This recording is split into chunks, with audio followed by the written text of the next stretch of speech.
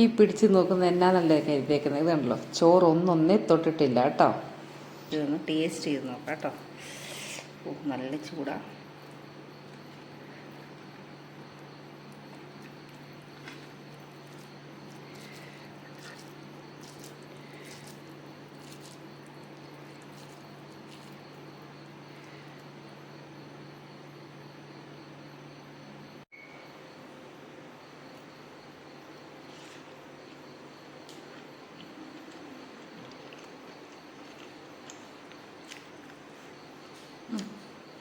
അടിപൊളി കേട്ടോ.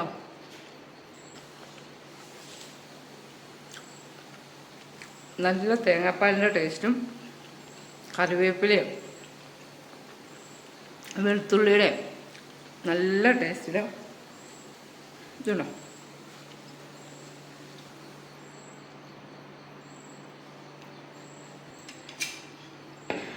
അപ്പം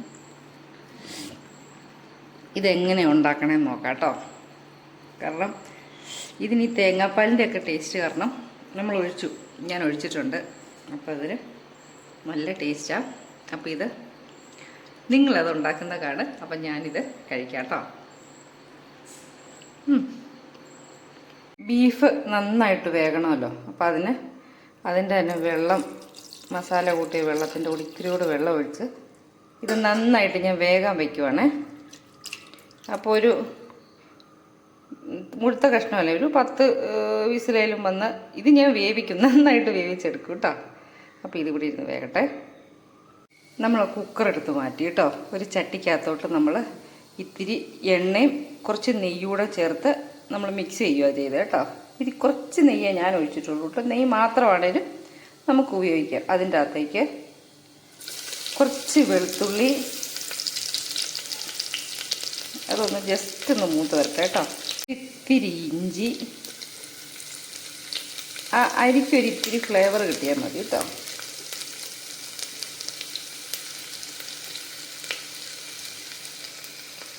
ഒരു 2 പച്ചമുളക്,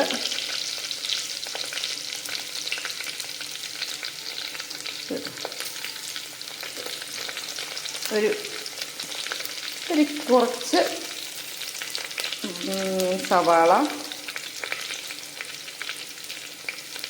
ഇത്തിരി 2 മല്ലിയില, ഇത്ര ഇടുന്നുള്ളൂ കേട്ടോ. ഇനി അതൊന്ന് മൂക്കട്ടെ.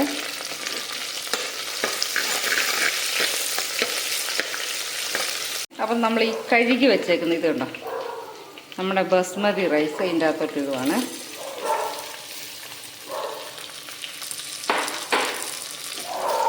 പതിയെ ഒന്ന് വരട്ടിയെടുക്കാം കേട്ടോ. അവരവിടെ തകർത്ത് വരുന്നുണ്ട്. ചെറുതായിട്ട് എണ്ണയ്ക്കകത്തൊന്ന് കൂട്ടി ചെയ്തെടുക്കാം കേട്ടോ. അപ്പോൾ ഈ റൈസ് ഒന്നൊന്നേലും തൊടാതെ ഇരുന്നോളൂ, എണ്ണയും കൂടെ ഉള്ളതുകൊണ്ട്.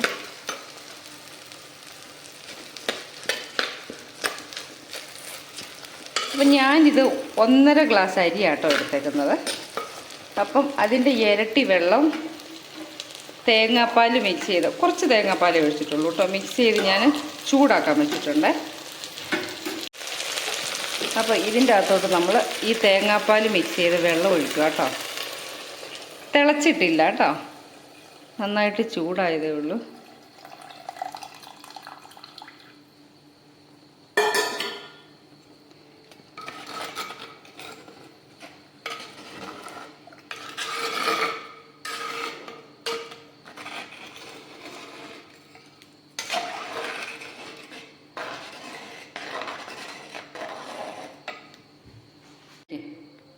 ആവശ്യത്തിന് ഉപ്പിടുന്നു കേട്ടോ. എന്നിട്ട് നോക്കണം കേട്ടോ, ഇത്തിരി മുന്തി നിൽക്കണം കേട്ടോ. ഇട്ടിട്ട് നോക്കിയിട്ട് ഇതിൻ്റെ അകത്തെ പട്ടയും ഗ്രാമ്പും ഒന്നും ഇടുന്നില്ല കേട്ടോ. നമ്മളത് ഇറച്ചിക്കറിക്കകത്ത് ഇടുന്നുണ്ട്. ഇപ്പം ദേ ഇതുണ്ടോ, ഈ ഇല എന്നാന്ന് മനസ്സിലായോ? ഇത് സർവ്വസുഗന്ധിയുടെ ഇലയാണ് കേട്ടോ. ഇതിന് ഭയങ്കര ഫ്ലേവറാണേ. അപ്പം ഞാനിവിടെ ഒരെണ്ണം പൊന്നുപോലെ നട്ടുപിടിപ്പിച്ചിട്ടുണ്ട്. അപ്പോൾ അതിങ്ങനെ ഒരെണ്ണം ഒന്ന് പിച്ചി കീറിട്ട്, മുഴുവനായിട്ടല്ല, ഇതൊന്ന് ഉടച്ചിട്ട് ഇതിൻ്റെ അകത്തോട്ട് ഇട്ടിട്ട് വെന്ത് കഴിയുമ്പോൾ വേണം ഇതെടുത്ത് മാറ്റിയാൽ മതി കേട്ടോ. അപ്പോൾ ഇവരിവിടെ കിടന്ന് മര്യാദയ്ക്ക് കിടന്ന് വേവട്ടെ കേട്ടോ. അപ്പം ഇനി ബാക്കി കറിയുടെ പരിപാടി ചെയ്യാം കേട്ടോ.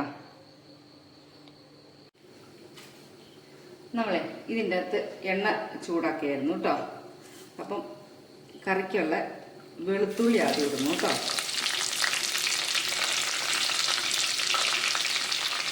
വെളുത്തുള്ളി പതുക്കെ ഒരു ഗോൾഡൻ കളറാവട്ടെ.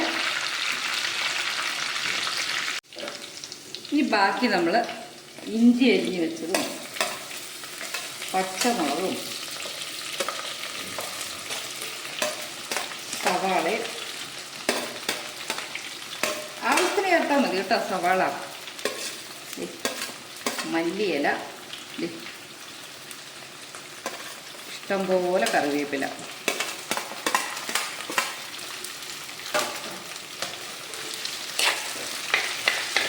നന്നായിട്ട് വഴറ്റാം കേട്ടോ.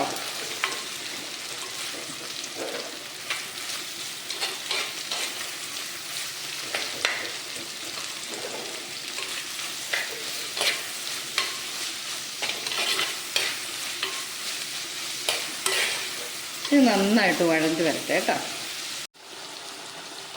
നമ്മുടെ റൈസ് കണ്ടോ കുറുകി വരുന്നുണ്ട്.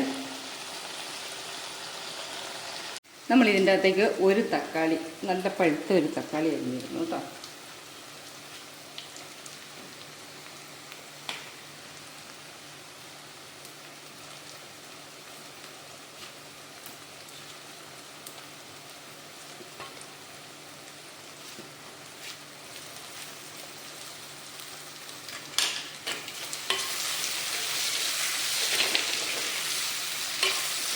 ഇനി ഇതുകൂടെ ഒന്ന് വഴണ്ട് വെക്കാം കേട്ടോ.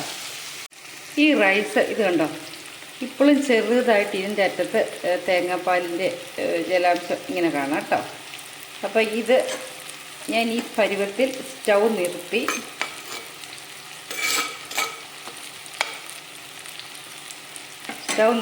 ഞാനിത് മൂടി വയ്ക്കുക കേട്ടോ. ഇനി കറക്റ്റ് വിളമ്പാന്നേരം എടുക്കുന്നുള്ളേ. ഇത് ഒത്തിരി അങ്ങ് ഉടയുണ്ട, നമ്മൾ വരട്ടിയെടുക്കുമ്പോഴത്തേനും ഇതായിക്കോളൂ കേട്ടോ. പിന്നെ ഇതിൻ്റെ അകത്ത് നമ്മൾ കൂട്ടി വെച്ചിട്ടുള്ള മസാലയാണ്. അതായത് മുളക് പൊടി, മല്ലിപ്പൊടി, ഒരിത്തിരി മഞ്ഞൾപ്പൊടി, ഗരം മസാല, അങ്ങനെയുള്ളത് ഞാൻ മിക്സ് ചെയ്ത് വെച്ചേക്കുന്നതാണ്. അപ്പോൾ ഇതിൻ്റെ ആവശ്യത്തിനുള്ളത് നമ്മളിത് ഇങ്ങോട്ടേക്ക് ഇടുന്നു കേട്ടോ.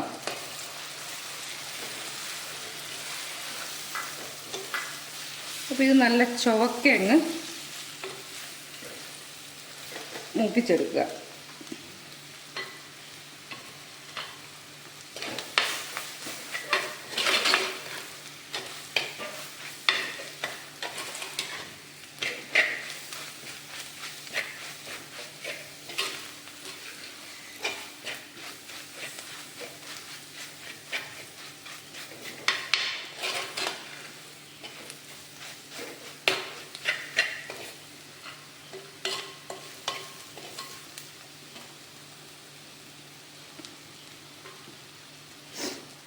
നമ്മൾ വേവിച്ച് വെച്ച ബീഫ് ഈ വെള്ളത്തോടു കൂടി അങ്ങ് ഒഴിക്കുവാണേ.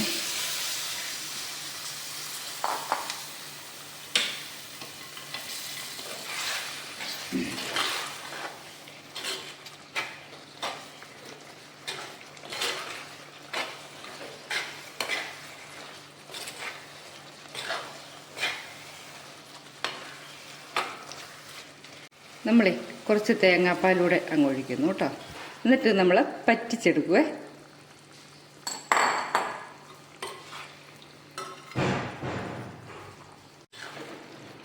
ഇതുണ്ടോ, ഇത് പറ്റി വരുന്നുണ്ട്.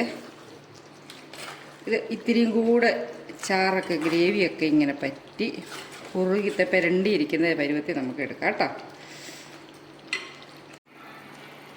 ഇത് കണ്ടോ, ഈ കറിയുടെ ഒരു കൺസിസ്റ്റൻസി ഉണ്ടോ, നല്ല അടിപൊളി. ഇതിൻ്റെ അകത്ത് നാട്ടിലെ പച്ചില മുഴുവനുണ്ട് കേട്ടോ. അല്ല, നമ്മുടെ കറിവേപ്പില ഒരുപാട് ഇട്ടിട്ടുണ്ട്, അത്യാവശ്യം നമ്മുടെ മല്ലിയില ഇട്ടിട്ടുണ്ട് കേട്ടോ. അപ്പം ഇത് പാകമായി. നമുക്കിനി ചോറെടുക്കാം കേട്ടോ. തേങ്ങാപ്പാലിൽ വെന്ത ചോറാണ്. അപ്പോൾ അതിപ്പോൾ പാകമായി കേട്ടോ. ഞാൻ ഇടയ്ക്ക് നോക്കിയായിരുന്നു. ഇതുണ്ടോ,